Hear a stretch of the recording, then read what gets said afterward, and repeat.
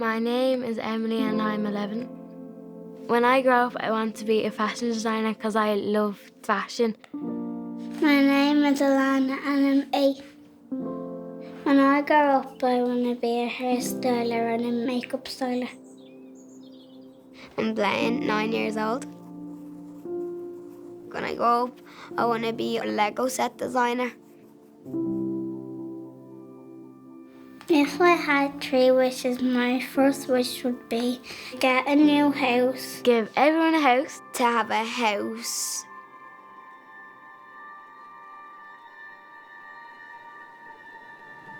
I was working part-time, so 25 hours a week. We lived in Crumlin for just over 2.5 years. I was renting an apartment for 9 years. Everything was safe, everyone kind of looked out for each other. And then the landlord just wanted to sell. For that kind of first couple of days, I was panicking. I was looking and looking and looking. The rental market had gone through the roof. I just couldn't afford anything on the rental market.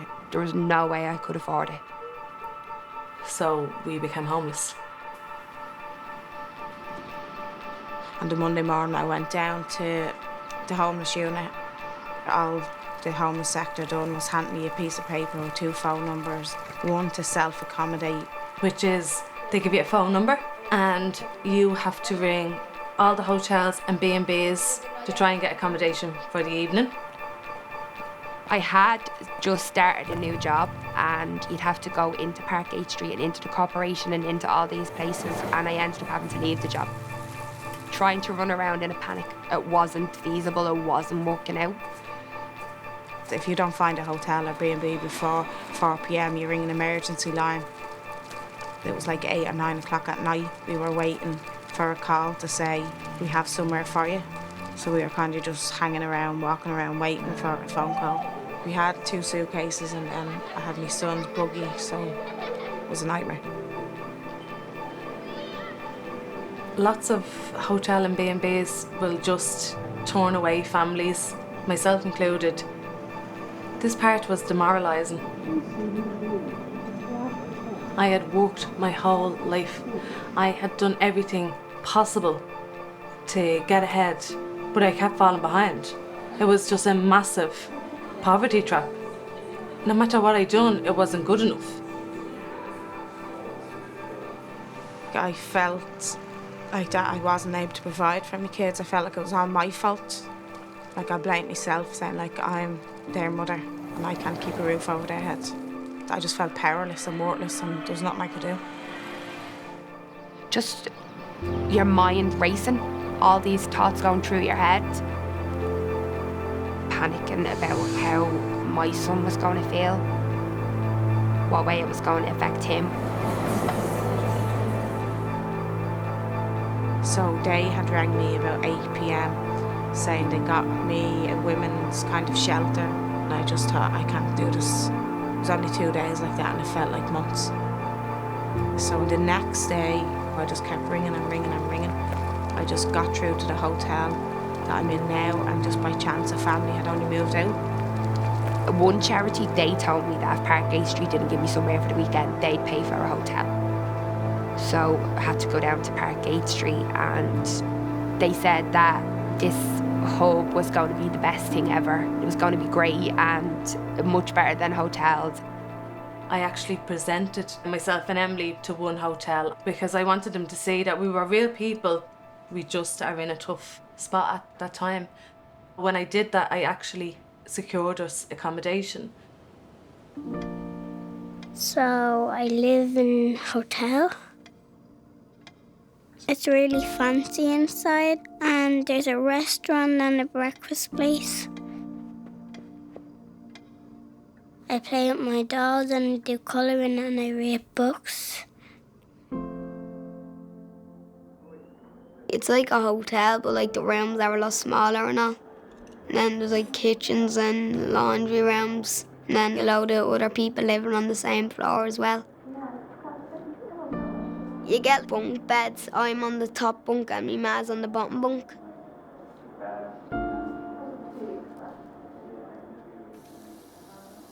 I Most of the dinners at the hotel were just takeaways. There was no cooking, and it was small, and I had to stay in the same bed as my mum. Well, the Hub is an old Magdalen laundry. Downstairs of the Hub is lovely and bright and shiny. The rooms aren't. The walls are closing in on you.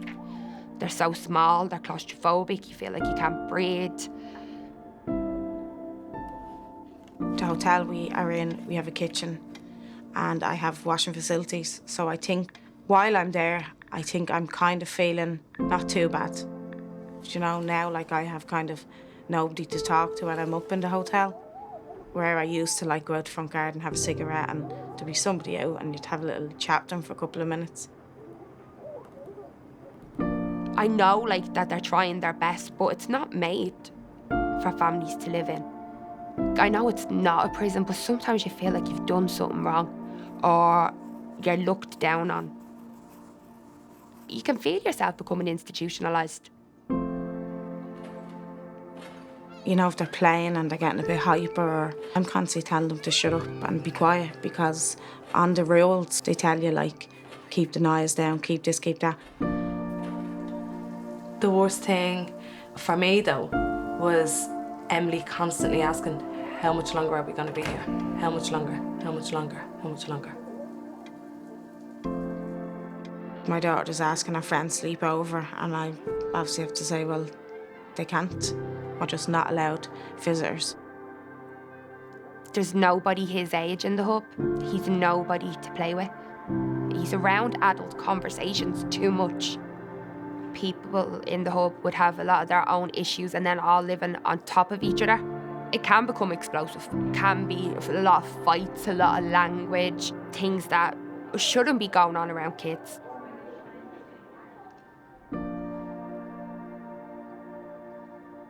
My hobbies are like Lego, singing, drawing and art.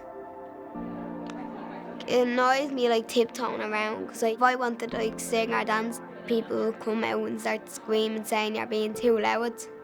It's super annoying, have to follow all the rules, do everything that like they tell you. So I don't really know why I'm out there. In the hotel, we usually just went to school and then came home and then did homework. That's all we did. Because I knew I wasn't going to make friends there because it was a hotel. Just me and my mum all the time. Well, my best friend is Holly, and we used to always play with each other, but I don't really see her that much. Didn't know whether it was allowed. Before that, I had been homeless before. I lived on the streets when I was 13. One of them kids that fell through the cracks. So I've kind of experienced it from both sides. Growing up after being homeless, I would have had a lot of mental health issues. When I was 23, I had my son. It was the first kind of unconditional love in my life. I learned to tackle my mental health issues then. To become homeless again, it just kind of like comes flooding back. The anxiety, the depression, the thoughts. I never thought I'd like my child would end up in that position, and I know he's not in the same position, but I'm watching him change. That's what gets to me. It's like, is he got to be my age still dealing with mental health issues? Anxiety is something that all children in homeless accommodation have and suffer from. Every single one of them. You constantly live in fight or flight mode. Constantly anxious. You're constantly worrying. What's going to happen tomorrow? How much longer is it going to be?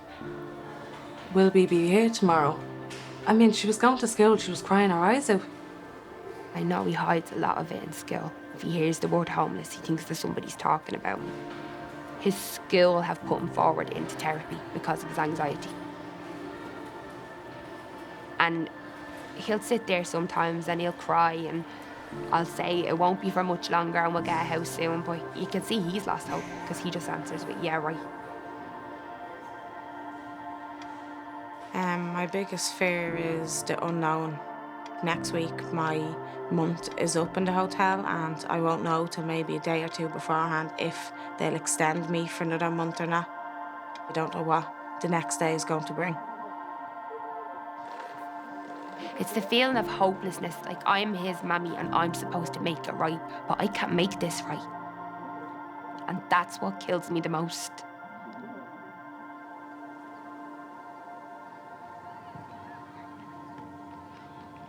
It'll be a sad world if our children, our next generation, behave how this government are behaving, because this government have and are treating them as though they are invisible, as though they don't matter, when they do matter. Very much.